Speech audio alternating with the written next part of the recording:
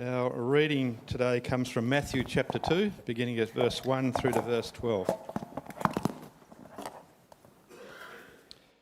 After Jesus was born in Bethlehem in Judea, during the time of King Herod, Magi from the east came to Jerusalem and asked, "Where is the one who has been born King of the Jews? We saw his star when it rose and have come to worship him." When King Herod heard this, he was disturbed, and all Jerusalem with him. When he had called together all the people's chief priests and teachers of the law, he asked them where the Messiah was to be born. "In Bethlehem in Judea," they replied, "for this is what the prophet has written. But you, Bethlehem, in the land of Judah, are by no means least among the rulers of Judah, for out of you will come a ruler who will shepherd my people Israel." Then Herod called the Magi secretly and found out from them the exact time the star had appeared. He sent them to Bethlehem and said, "Go and search carefully for this child. As soon as you find him, report to me, so that I too may go and worship him." After they had heard the king, they went on their way, and the star they had seen when it rose went ahead of them until it stopped over the place where the child was. When they saw the star, they were overjoyed. On coming to the house, they saw the child with his mother Mary, and they bowed down and worshipped him. Then they opened their treasures and presented him with gifts of gold, frankincense, and myrrh. And having been warned in a dream not to go back to Herod, they returned to their country by another route. So far, the reading of God's word.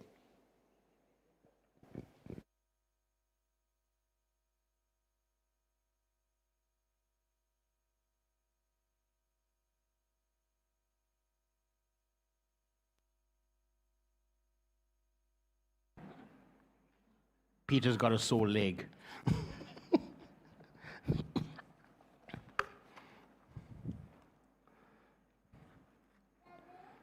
Title of the sermon, Herod, you have a problem. And not just referring to Herod the king. Herod as a title that reflects, really, in a sense, leadership, world leaders, governments, anybody who has power. When I was a child, my nana, that's my granny, she was very old. And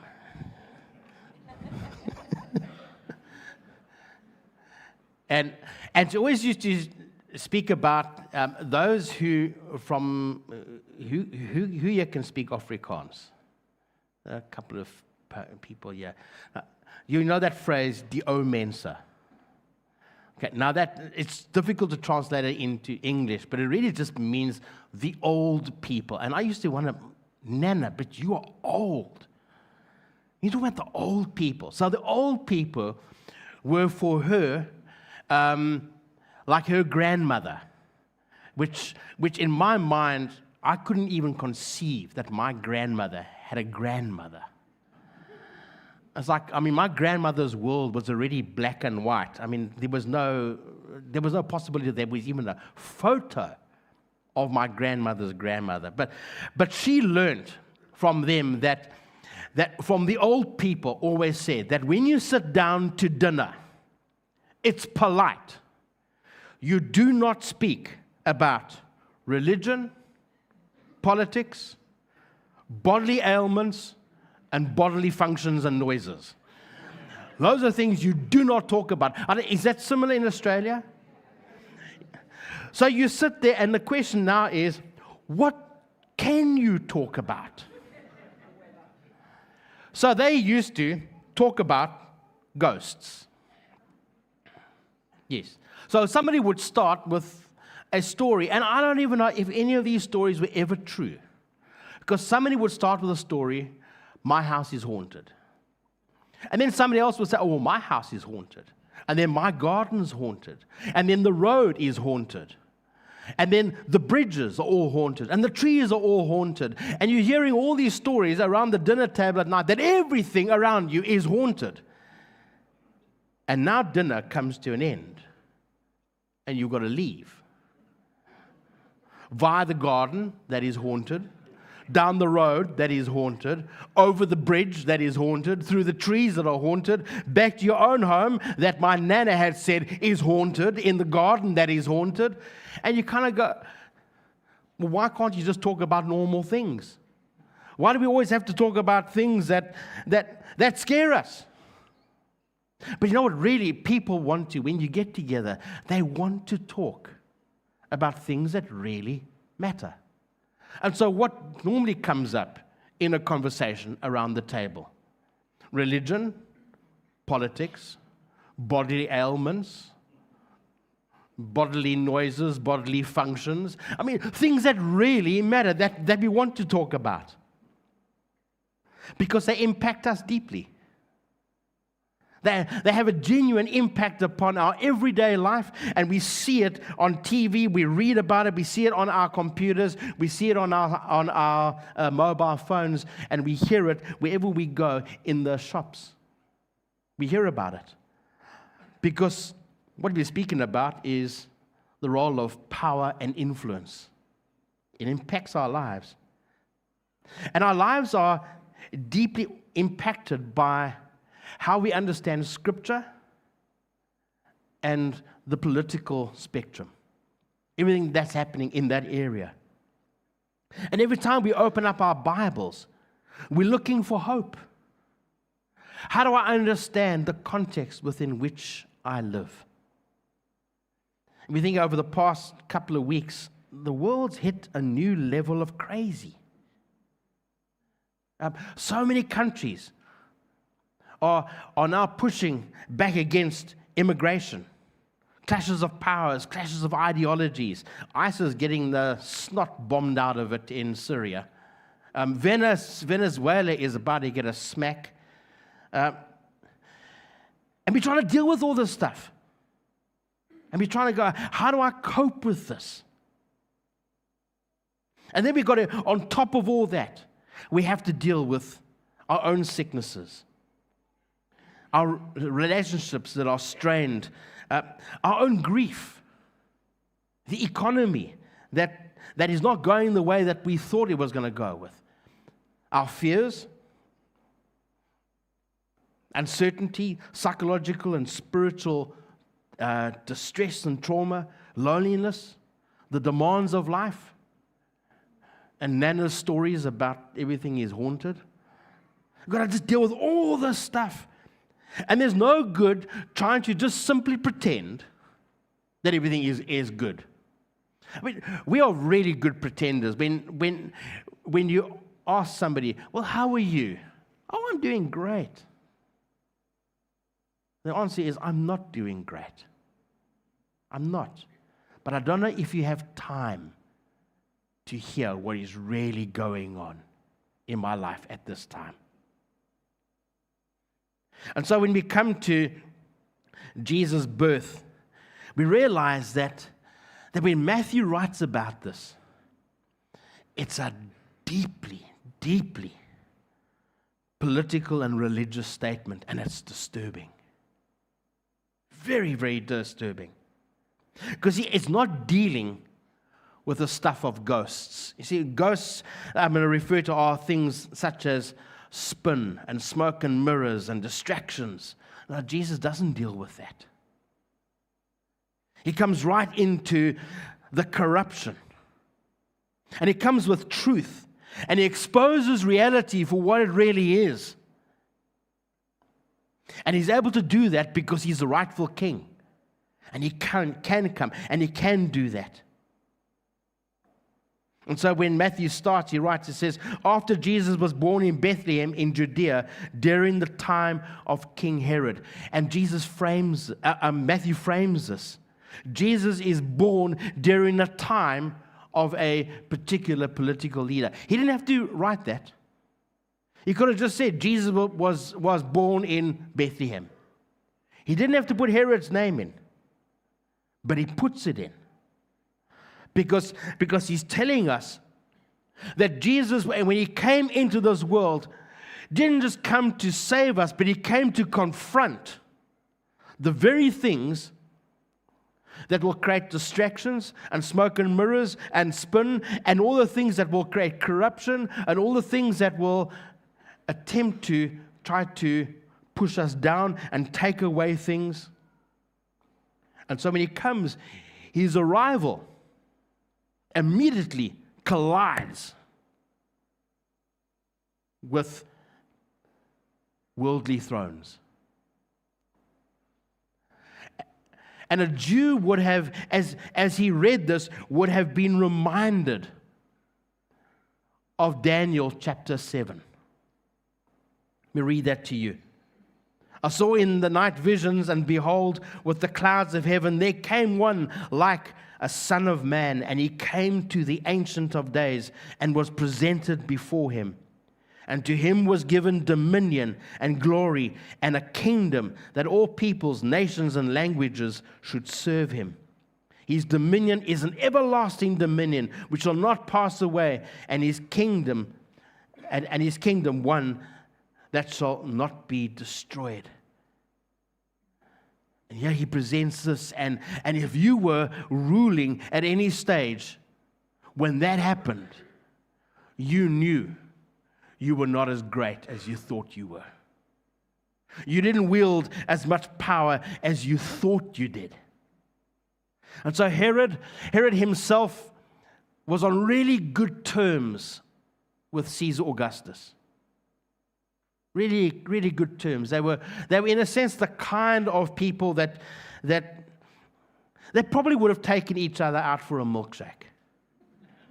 You've got to say that from a pulpit, because I guess maybe it would be inappropriate to say that you would have sat down and had a beer with him. Say a milkshake rather.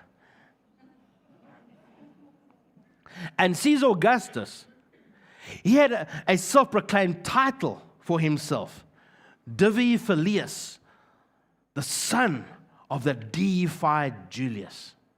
You see, he believed that he was a god.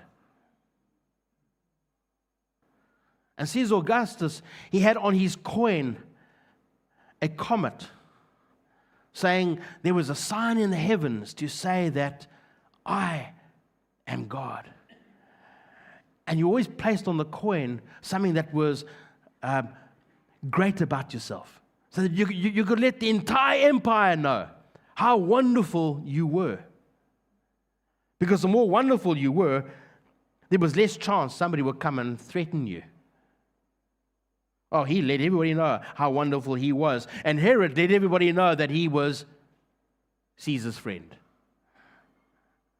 And so he wielded a lot of power.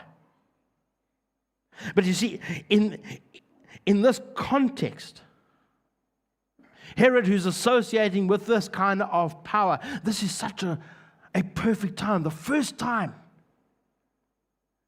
in world history on such a massive scale. Have you got an emperor standing up and saying, I'm God? And Herod standing next to him and going, I know him. We drink milkshakes together. And Jesus comes. This is going to rattle your world. For that leadership, it was almost in a sense like, once again, the story of Cain and Abel. Cain believing that he can enter into God's domain and do God things. And Jesus' entry into the world saying, no, you don't belong in that domain. Or much like the psalmist in Psalm 82, when he gives this picture of this divine counsel that God has called. And let's read from Psalm 82. God has taken his place in the divine council in the midst of the gods. He holds judgment. How long will you judge unjustly and show partiality to the wicked? Give justice to the weak and to the fatherless. Maintain the right of the afflicted and the destitute. Rescue the weak and the needy. Deliver them from the hand of the wicked. They have neither knowledge nor understanding. They walk about in darkness. All the foundations of the earth are shaken. I said, you are God, sons of the Most High, all of you. Nevertheless, like men, you shall die and fall like any prince. Arise, O God, judge the earth, for you shall inherit all the nations. This emperor, I am so great. Herod standing, I am so great because I know him, standing up there, believing that he has got such power, and God saying, no, you don't. You think you do. You're playing with ghost stories, smoke and mirrors and spin and distractions because you don't want to deal with reality. You live in, and there's this phrase that is thrown around in politics. I haven't heard it here in Australia, but I heard a lot in South Africa. You live in your own echo chamber.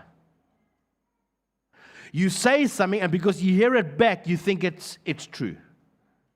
And that's what Herod was living in, his own echo chamber. When he said he was great, and because he heard it back, it must be true. Now this moment that Jesus is born, it's announced. Because coming to Herod are the Magi, the wise men. They arrive there, and Herod's power is threatened at that moment. And so what does he do? He gathers all these religious experts around him, people who can tell him what's going on. He wants to get as much information as he possibly can so that he can manage the situation. Which way is he going to manage it? Not in favor of the nation, but in favor of himself. And notice all these experts who come together, they know where Jesus is to be born. They tell him, in Bethlehem. They know it. But you notice, not one of them goes. They're too connected with power. They're receiving benefits from power.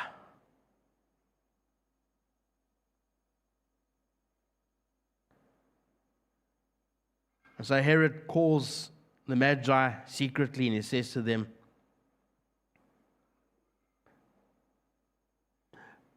go and find this child. And when you found him, come back and report to me that I too can go and worship him.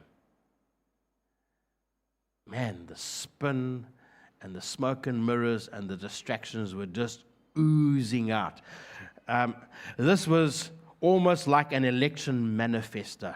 I'm going to do all this and this and this and this. It was just so typical of anybody who is in power. Let me tell you exactly what you want to hear. But I don't intend on doing it. Why? Because I intend on keeping my position. And so he uses what's typical. He borrows spiritual language. I'll go and worship him. He uses everything at his disposal. He gets into secrecy and control of the story and intimidation. Magi are not a bunch of fools. And God warns them and says, don't go back that way.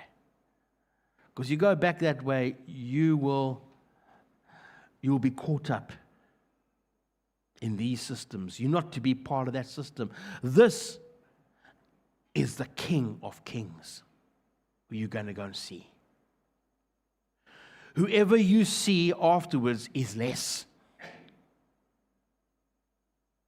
Why would you want to go down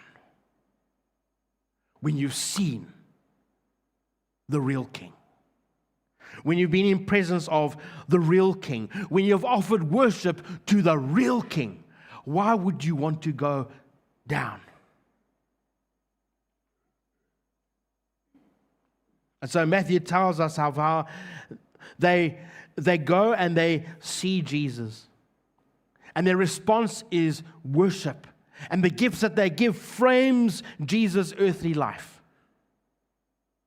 His life and his death. It frames it. And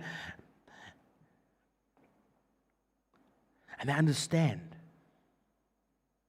This is real power. This is how real power behaves. This is how responsible power behaves. This is how someone who has ultimate power, who really is God, behaves. And here you've got in the story a comparison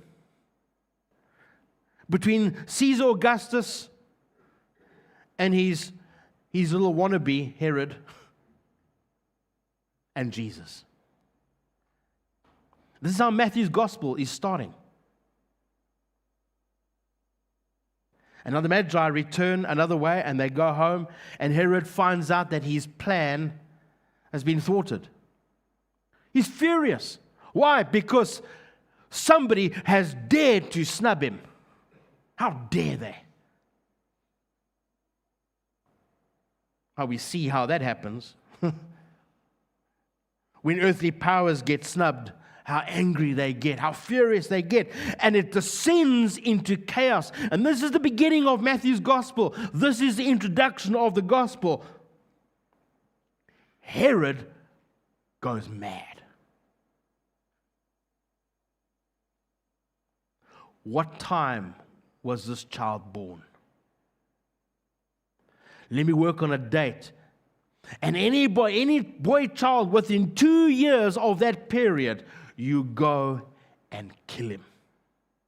Now go out and kill him, because he will not allow somebody to stand in opposition to him. But you see what's happening here? Here is the beginning of the story.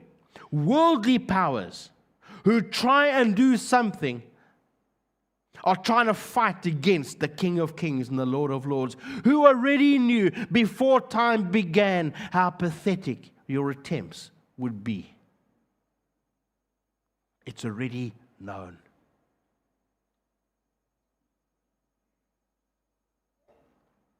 And so Herod tries to take control in the most destructive way. And it's so horrible that you can't even make a movie about it. It's so terrible. The only phrase that comes out that hits us so hard, that passage that comes out of Jeremiah, Matthew uses it. He says, a voice is heard in Ramah, weeping and great mourning. And so the story of Jesus begins with tears. It begins with a king entering into this evil world where evil has real teeth, where evil has the ability to be able to do things. And yet in the midst of all that stands Jesus. And he comes to save. And so Christmas isn't a ghost story. It's not a myth. It's not a legend. It's not some fairy tale. It's reality. It's truth. It's not distractions and smoke and mirrors. It's God entering into this corrupt world with His truth, exposing reality and calling the world to account. And what matters is what really happens for us. Right down here at what we'll call at the grassroots. That I'm suffering from real burdens. Real things are happening to me. The things that we really do talk about. The hurtful things. Sickness and relationships that are strained, and grief, financial pressures and fears and uncertainty, and the psychological and spiritual distress and the loneliness and the demands that are upon us. And this pressure just gets more and more and more and more and more. And Jesus entering into that chaos, into that sadness, into that hurt, into that brokenness. And he doesn't come in because he's elected. He doesn't come in because he was negotiated in. He doesn't come in because somebody permitted him to come in. He comes in because he's king. And he comes to address it. And he comes to address it aggressively. Sometimes we like to talk about that Jesus is like a nice gentleman. No, he's not a nice gentleman. He is aggressive. He comes and deals with it aggressively because the most aggressive thing that you see is that Jesus goes to the cross. That is frightening. Frightening. No ghost story can ever trump that. The most frightening thing that you can see, God allowing himself to experience death so that you and I can go free. Because the Herods and the Caesars and all those people of this world cannot deal with those real problems. They have no idea how to deal with them because they too suffer with the exact same problem. The worship team can start coming up. And that means that our lives are not beyond reach. There is no time that we should ever allow those words to come out of our mouths. And yes, I know we do lament them, saying, God never sees, God doesn't understand. Now, God does see, he does understand. He does know because he's experienced it by being in the flesh. And so he knows what we are going through. And his solution is not a manifesto. God's solution is a person, Jesus, who comes and walks beside us. He intercedes for us. He is our advocate. He stands before us. He tells us the truth. He says, join him to understand that truth. And he calls us to worship him. To worship him because in doing that act, I let everything of myself go. And I say, Lord, I cannot do it myself. I have tried. I even went to Caesar. I even went to Herod and asked them to help, but they couldn't. And now, everything I lay it down and I say, to you and you alone, can you sort this out? Let's worship the Lord.